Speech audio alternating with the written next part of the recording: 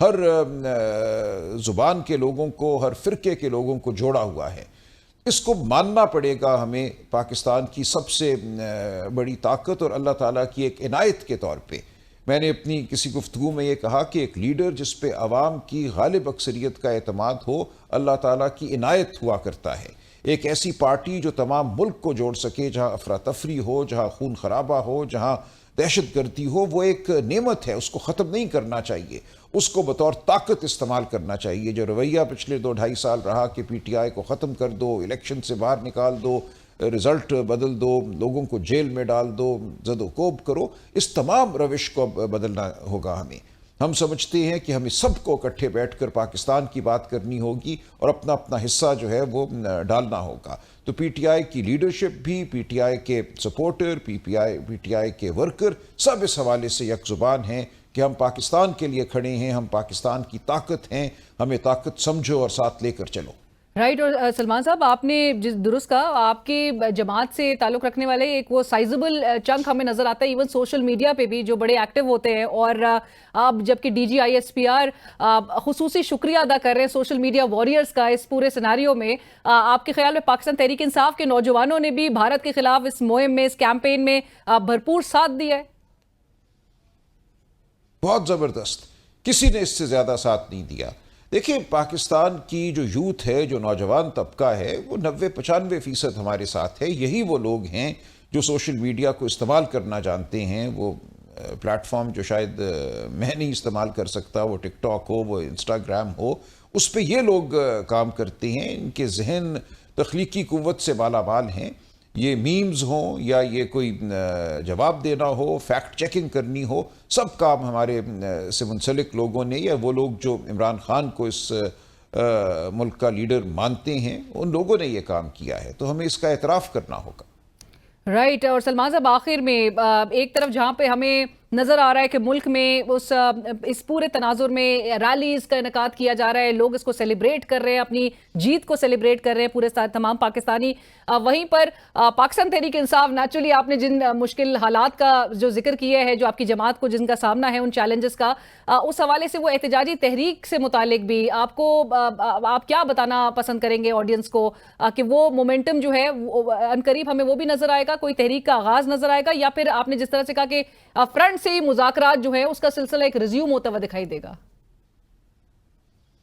دیکھیے، میری یہ خواہش ہے، میں سمجھتا ہوں ملک کے لیے بھی یہ فائدے کی بات ہے کہ ہم سب بیٹھیں اور جو آئین قانون کے مطابق جس کا جو حق بنتا ہے اس کو دیں، اس کے وجود کو تسلیم کریں، اور سب مل کر پاکستان کی طاقت بنیں۔